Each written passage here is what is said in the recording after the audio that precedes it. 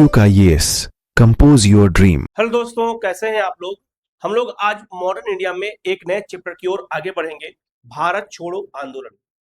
भारत में जो भारत छोड़ो आंदोलन शुरू किया गया था, उसके पीछे क्या कारण था, भारत छोड़ो आंदोलन का विस्तार कहाँ कहाँ पे हुआ, और ये स्वतः स्फूर्त क्यों कहा जाता है।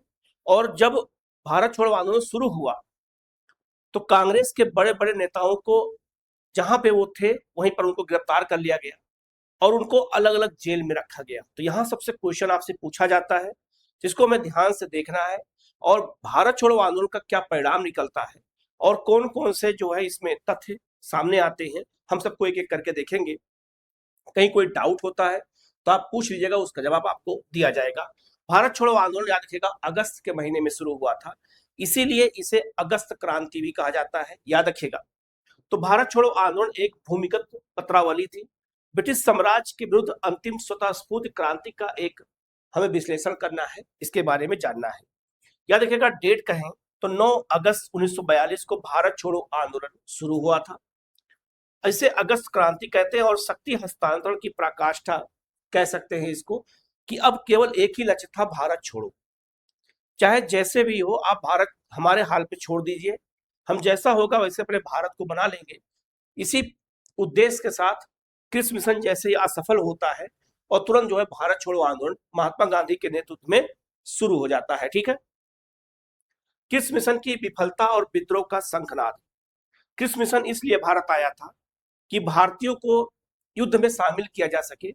इसके पहले अगस्त प्रस्ताव भी इसीलिए लाया गया था कि भारतीयों को युद्ध में शामिल किया जा सके और भारतीयों का सहयोग लिया जा सके। लेकिन कांग्रेस और मुस्लिम लीग और अन्य पार्टियों ने अगस्त प्रस्ताव को कैंसिल कर दिया, जो लॉर्ड लिलिथगो लाए थे 1940 में।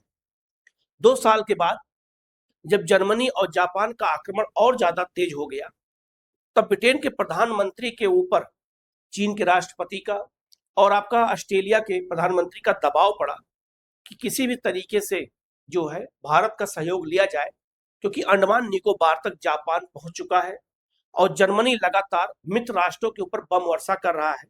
ऐसी स्थिति में अगर हिंद महासागर में जापान और जर्मनी पहुंच जाएगा तो स्थिति खराब हो सकती है, इसलिए भारत का सहयोग जरूरी है। तो उसी को ध्यान में रखते हुए ब्रिटिश प्राइम मिनिस्टर उसमें चर्चिल थे, उन्होंने क्रिस मिशन को भारत भेजा। तो मार्च 1942 में क्रिस मिशन भारत आया। इसने भी वही प्रपोजल रखा जो अगस्त प्रस्ताव में था कि हम संविधान सभा बनाएंगे, डोमिनियन स्टेट देंगे। लेकिन कांग्रेस का कहना था कि जो देना है आप पहले दीजिए, युद्ध के बाद नहीं। इसीलिए क्रिस मिशन को महात्मा गांधी ने पोस्ट डेटेड चेक कहा था और ऐसे बैंक के नाम था जो टूट रहा है, इस शब्द को नेहरू जी ने जोड़ दिया। क्रिस मिशन आया, जो प्रपोजल आया था सब युद्ध के बाद देने का था और कांग्रेस का कहना था कि हमें पूर्ण स्वतंत्रता चाहिए, हमारा लक्ष्य पूर्ण स्वराज्य है और हम किसी भी कीमत पर डोमिनियन स्टेट का दर्जा हमें नहीं चाहते।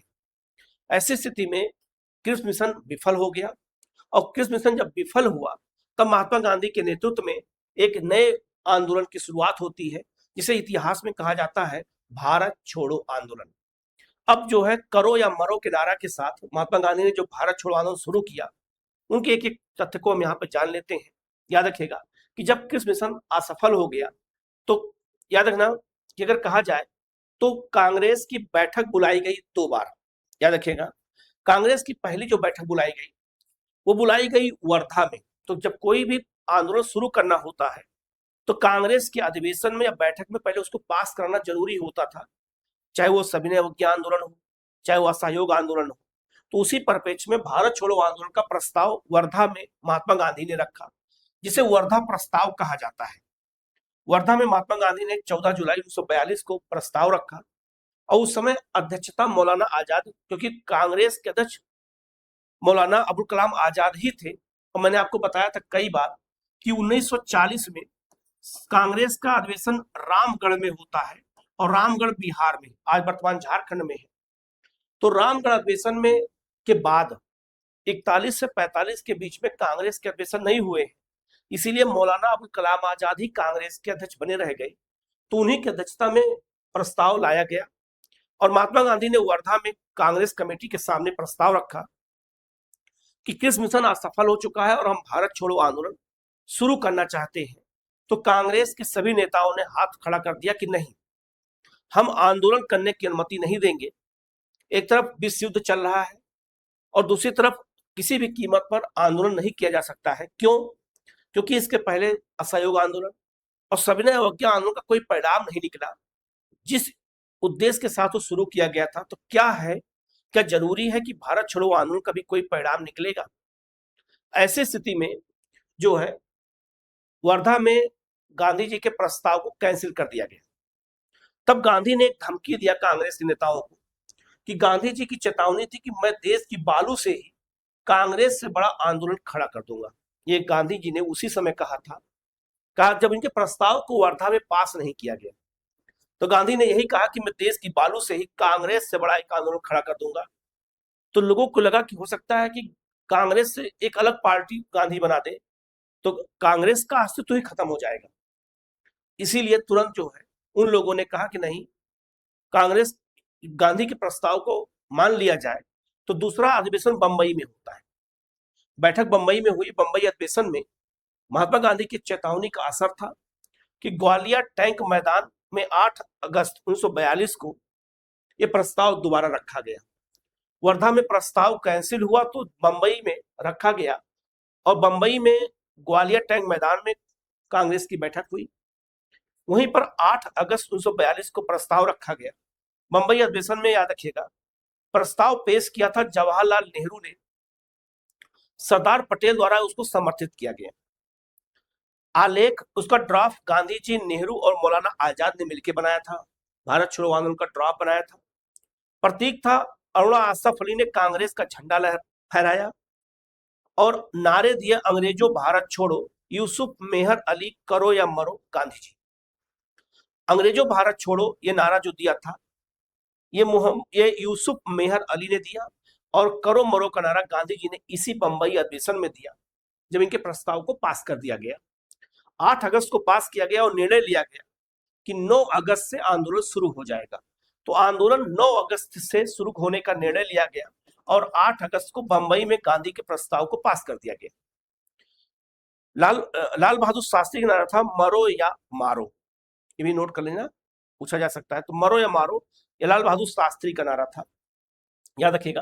तो बंबई अधिवेशन में गांधी के भारत छोड़ो आंदोलन के प्रस्ताव को पास कर दिया गया और जब ये पास कर दिया गया तब जो है आंदोलन करने का मार्ग प्रशस्त हो गया और 8 अगस्त को पास किया गया। 9 अगस्त से आंदोलन शुरू होना है, ये बात याद रखिएगा। 9 अगस्त आंदोलन शुरू करना है और ब्रिटिश सरकार इस समय युद्ध में फंसी हुई है तो वो नहीं चाहती थी कि भारत में कोई बवाल हो इस तरह का, और बवाल होगा इस तरह का जो है आंदोलन होगा, हिंसक आंदोलन होगा तो कहीं ना कहीं डिस्टर्ब होगा और विदेशी ताकतें जो है उसका लाभ उठाएंगी। ऐसी स्थिति में तुरंत जो है आंदोलन का कार्यक्रम महात्मा गांधी ने तय किया और उसी दिन तय किया कि विभिन्न वर्गों के लिए गांधी जी के निर्देश क्या थे कि जो भारत के अलग अलग वर्ग हैं उनके निर्देश क्या, वो कैसे काम करेंगे। अलग अलग रूपरेखा हरिजन नामक पत्रिका में केजी जो है मसरूवाला द्वारा तैयार की गई। गांधी जी ने इसे अगस्त संकल्प कहा और भारत को ईश्वर के हाथों में छोड़ने की अपील की जापानी आक्रमण के खतरे के कारण। क्योंकि जापान अंडमान निकोबार तक पहुंच गया था तो महात्मा गांधी ने अपने हरिजन पत्रिका में अलग अलग वर्गों के लिए निर्देश जारी किया और कहा कि भारत को ईश्वर के हाथों में छोड़कर चले जाएं। यह महात्मा गांधी का कथन था उसी समय जब आंदोलन शुरू होने वाला था। गांधी जी ने विभिन्न वर्गों को जो निर्देश दिया था उसमें सरकारी सेवकों को क्या निर्देश दिया था कि त्याग पत्र ना दें किंतु कांग्रेस के प्रति राजभक्ति प्रकट करें। भारत छोड़ो आंदोलन में महात्मा गांधी कह रहे हैं कि त्याग पत्र ना दें, लेकिन असहयोग आंदोलन में और सविनय अवज्ञा आंदोलन में कहा था कि त्याग पत्र दे दें। तो आप समझ सकते हो कि स्ट्रेटजी कुछ और अब हो गई है, समय के साथ परिवर्तन हो गया है। सैनिक अपने सहयोगियों व भारतीयों पर गोली न चलाएं। सैनिकों से कहा गया कि अपने सहयोगियों और भारतीयों पर गोली न चलाएं, ये आपसे रिक्वेस्ट है। छात्र आत्मविश्वास हो तो स्कूल कॉलेज त्याग दें, अगर आत्मविश्वास हो तब, नहीं तो स्कूल कॉलेज को ना छोड़ें। किसान सरकार समर्थक जमींदारों को लगान बंद करें और विरोधी जमींदारों को तय लगान दें, ये कहा गया किसानों के लिए। और देशी रियासतों से कहा गया कि शासक प्रजा की संप्रभुता स्वीकारें और जनता केवल सरकार विरोधी राजाओं का सहयोग करे। ये बात याद रखें। तो महात्मा गांधी ने जब आंदोलन शुरू होना था तो 8 अगस्त को ही दिशा निर्देश जारी किया अपने हरिजन पत्रिका में और कहा कि जो है भारत के हाथों में छोड़ के चले जाए। तो इस अगस्त जो ये इन्होंने कार्यक्रम तय किए उसको इतिहास में अगस्त संकल्प कहते हैं। ये भी याद रखना, गांधी जी का अगस्त संकल्प यही था।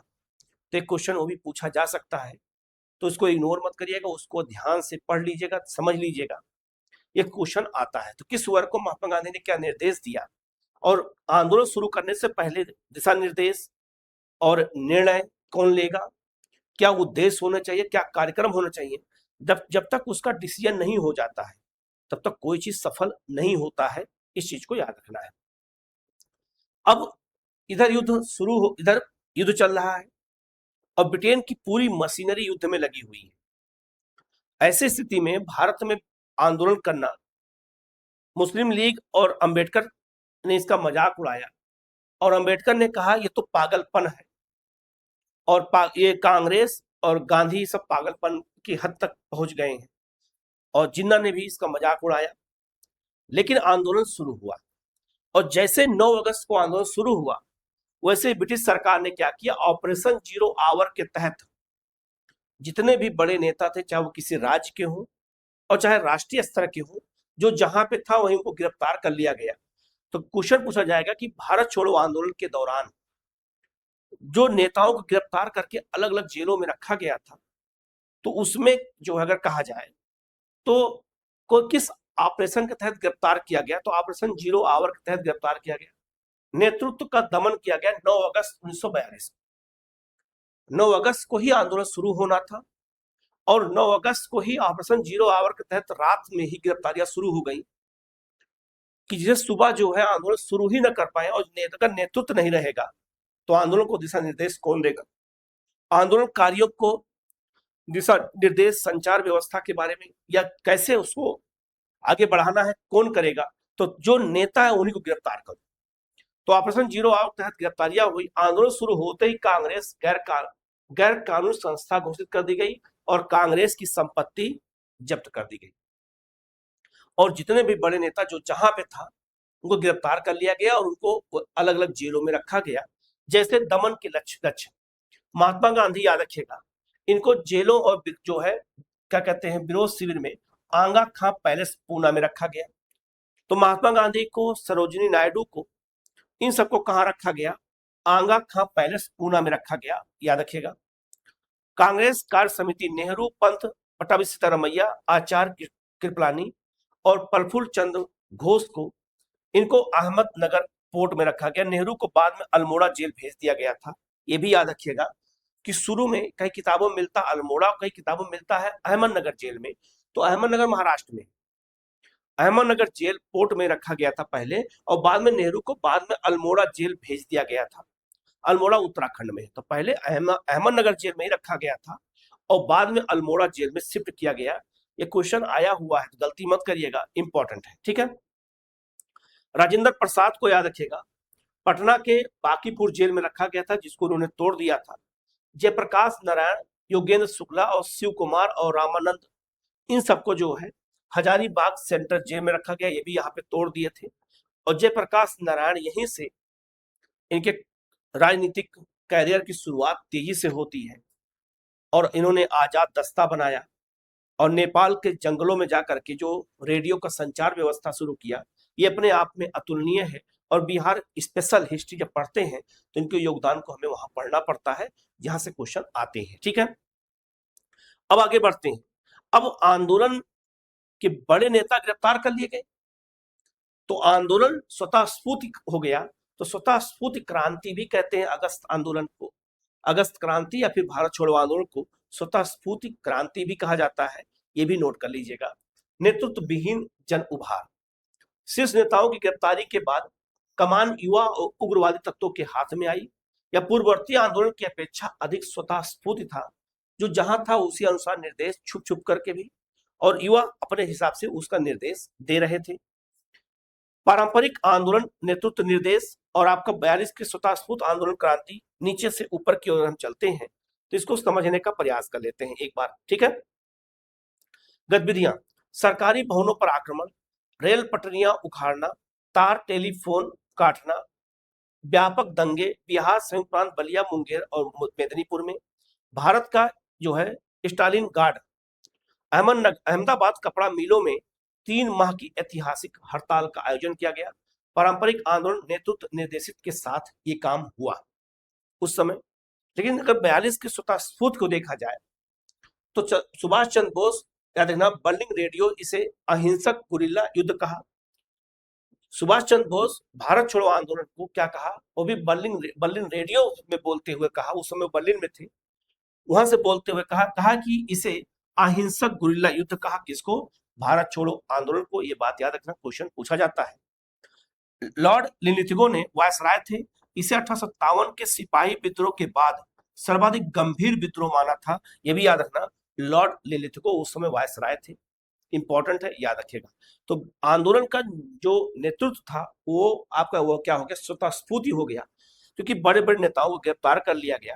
लेकिन कई लोग भूमिगत होकर के अलग अलग क्षेत्रों में संचार व्यवस्था के माध्यम से आंदोलन का प्रचार कर रहे थे। उसमें सबसे महत्वपूर्ण था रेडियो, याद रखिएगा। भूमिगत प्रतिरोध, छाया तंत्र का निर्माण, कई ऐसे प्रमुख नेता थे जो भूमिगत होकर के आंदोलन का नेतृत्व कर रहे थे, प्रचार कर रहे थे।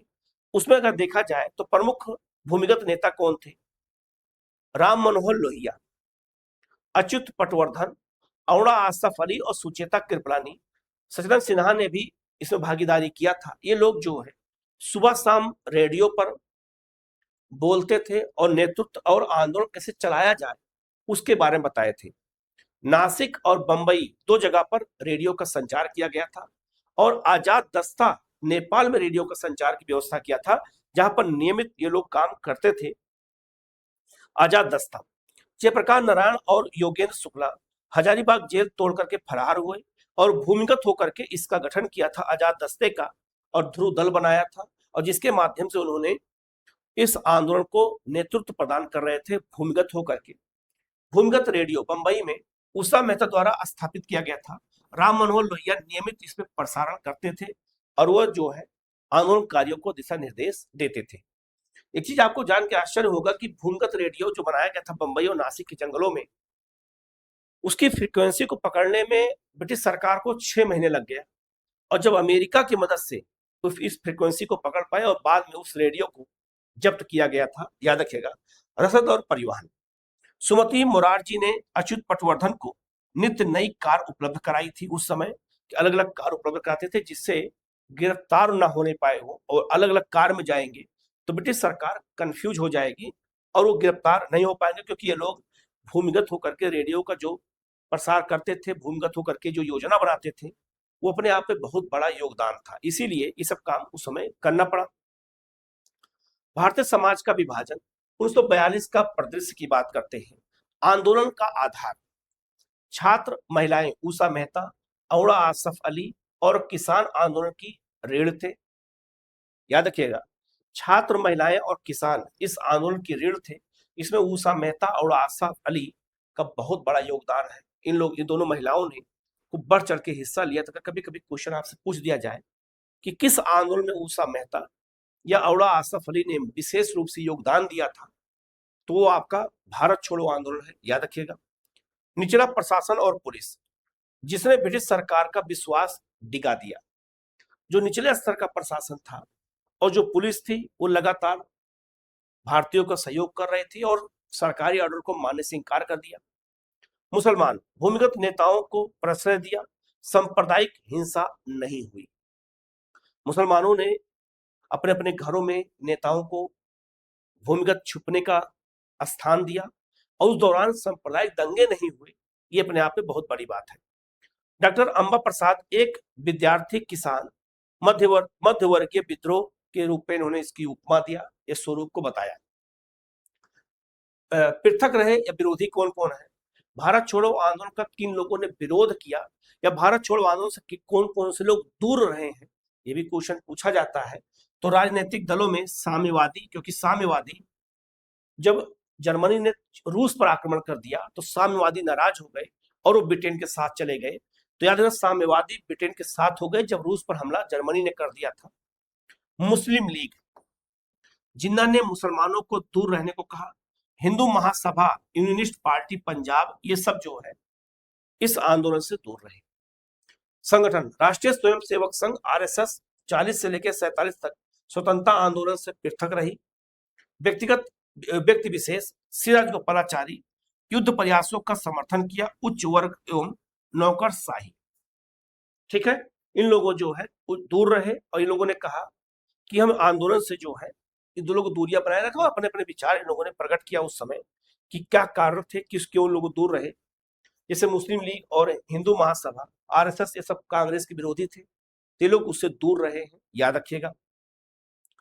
समानांतर सरकार, याद रखिएगा, जिस समय भारत छोड़ो आंदोलन शुरू हुआ चल रहा था, तो भारत के कुछ क्षेत्र आजाद हो गए और वहां पर ब्रिटिश सरकार की शासन व्यवस्था समाप्त हो गई।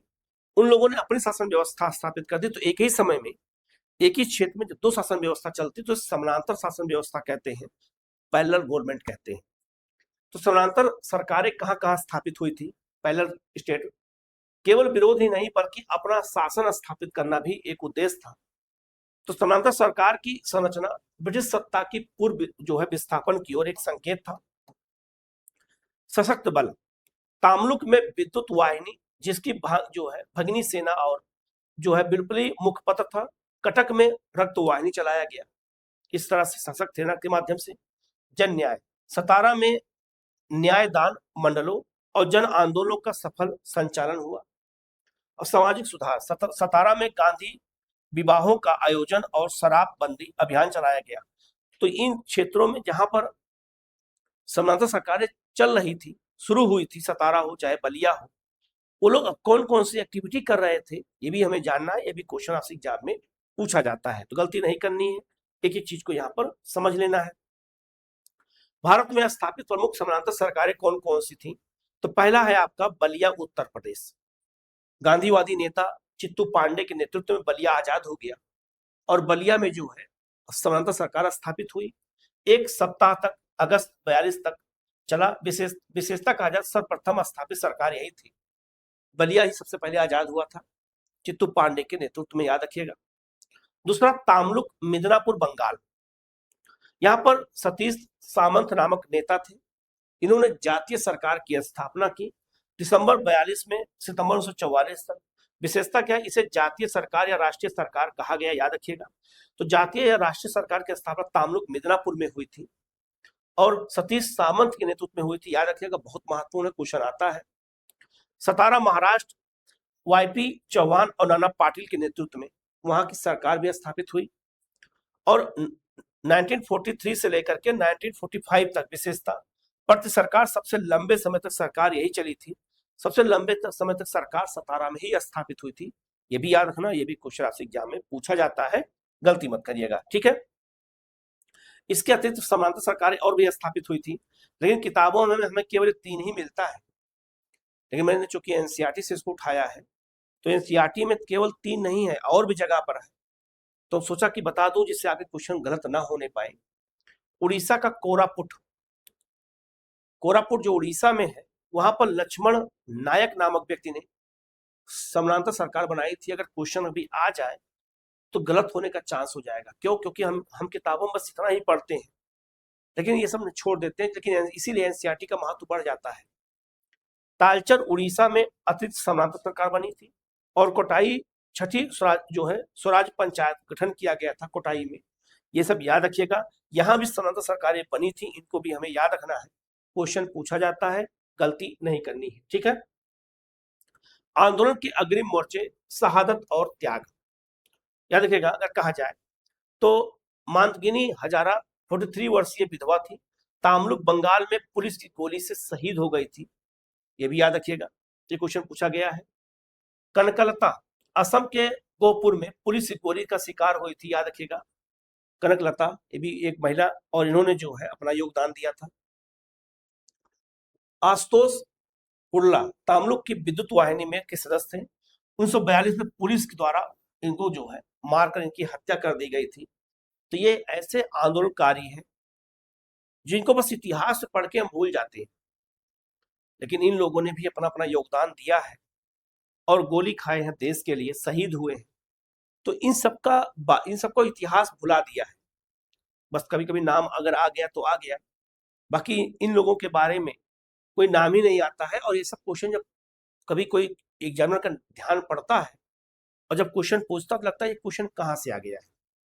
तो ये सब एनसीईआरटी में दिया हुआ है। तो जो नोट्स मैं बनाया हूँ इसमें एनसीईआरटी का ही योगदान सबसे ज्यादा है, क्योंकि एनसीईआरटी को रेफरेंस करना सबसे ज्यादा अच्छा है, क्योंकि वहां से क्वेश्चन पूछा जाता है और एनसीईआरटी बेस बना करके ही चीजों को बताना ज्यादा अच्छा रहता है, जिससे आप लोगों के क्वेश्चन गलत ना होने पाए। कुछ चीजें ऐसी होती हैं जो किताबों में नहीं मिलती है। मैंने कई बार जब इतिहास पढ़ा और जब एनसीईआरटी पढ़ा तो कई चीजें नहीं मिलती है वहां पे जो यहाँ मिल जाती हैं। तो उसी का परिणाम है कि जो समांतर सरकारें थी केवल किताबों में 3 मिलता है। आप कभी कोई किताब उठा के देखिए 3 ही मिलता है, ये सब नहीं मिलता है, ये बात याद रखिएगा। ये सब चीजों को जानना भी जरूरी है, क्वेश्चन अगर आए तो गलत आप लोग का ना होने पाए।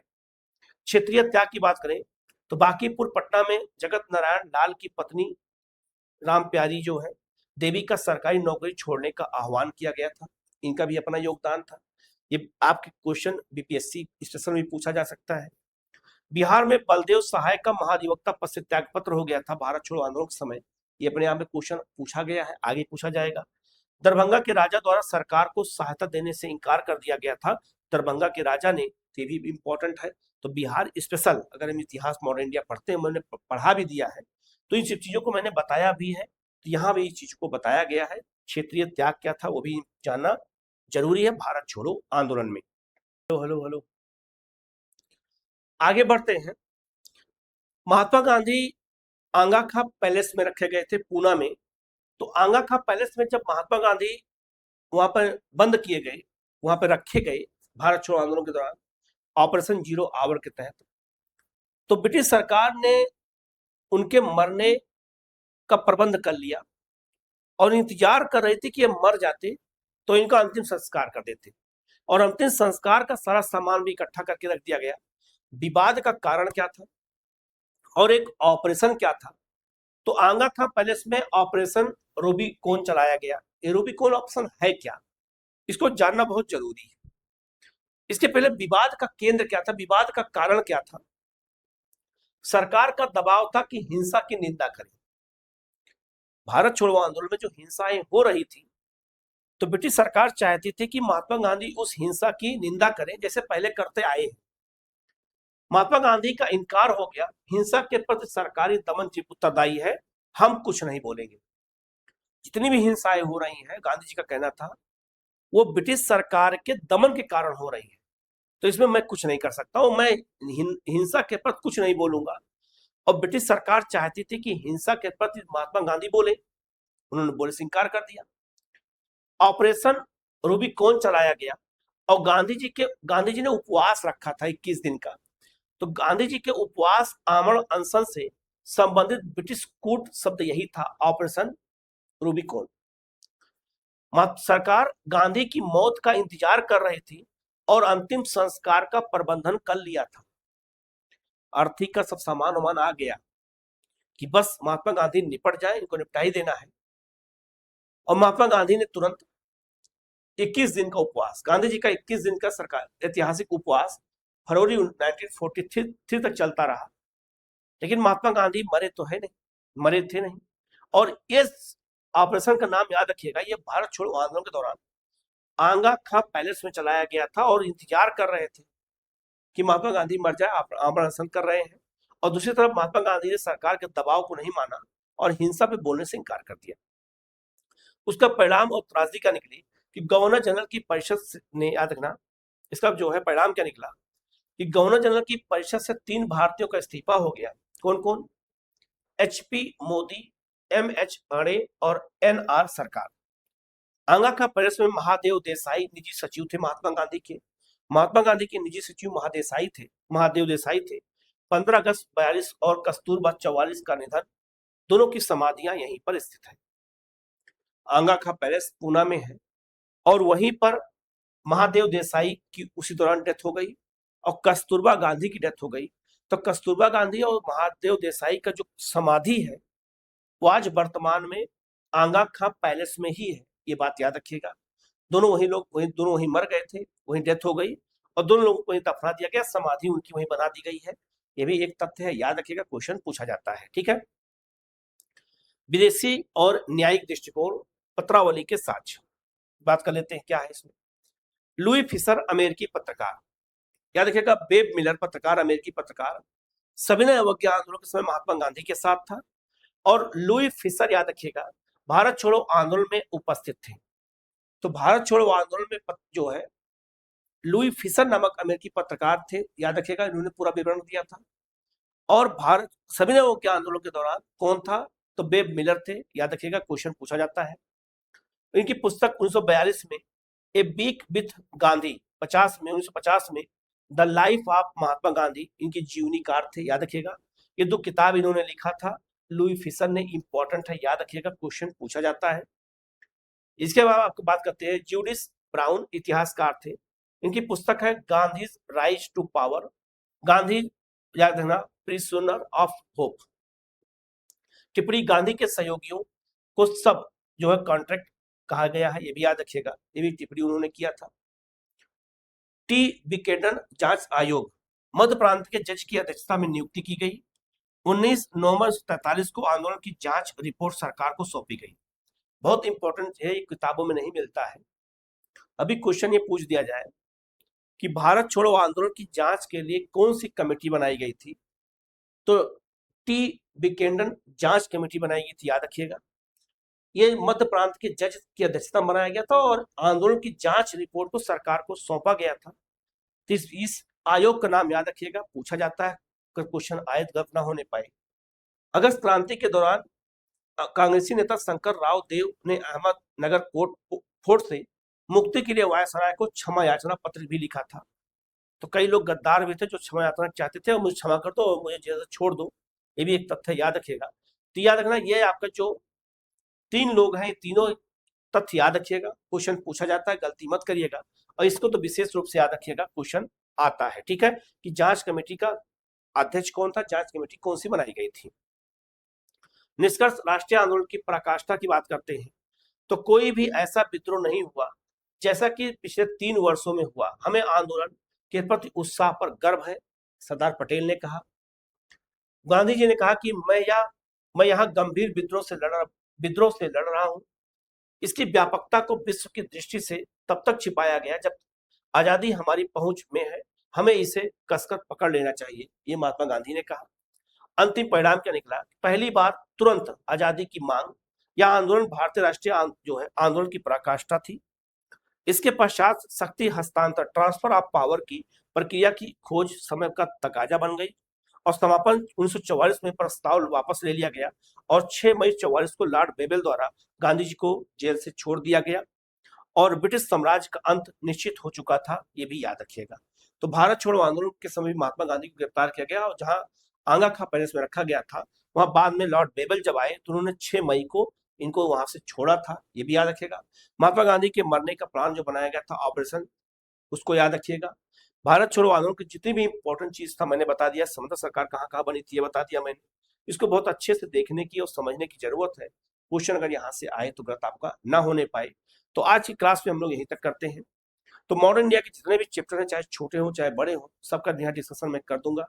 कहीं कोई डाउट होगा तो आप पूछ लीजिएगा, वीडियो कैसा लगा जरूर बताइएगा। ये वीडियो और आपका जो है नोट्स, ये हमारे जो है एग्जाम वेब ऐप पे आपको मिल जाएगा, नहीं मिलेगा मुझे मैसेज करिएगा, मैं आपको प्रोवाइड करा दूंगा। Okay, thank you.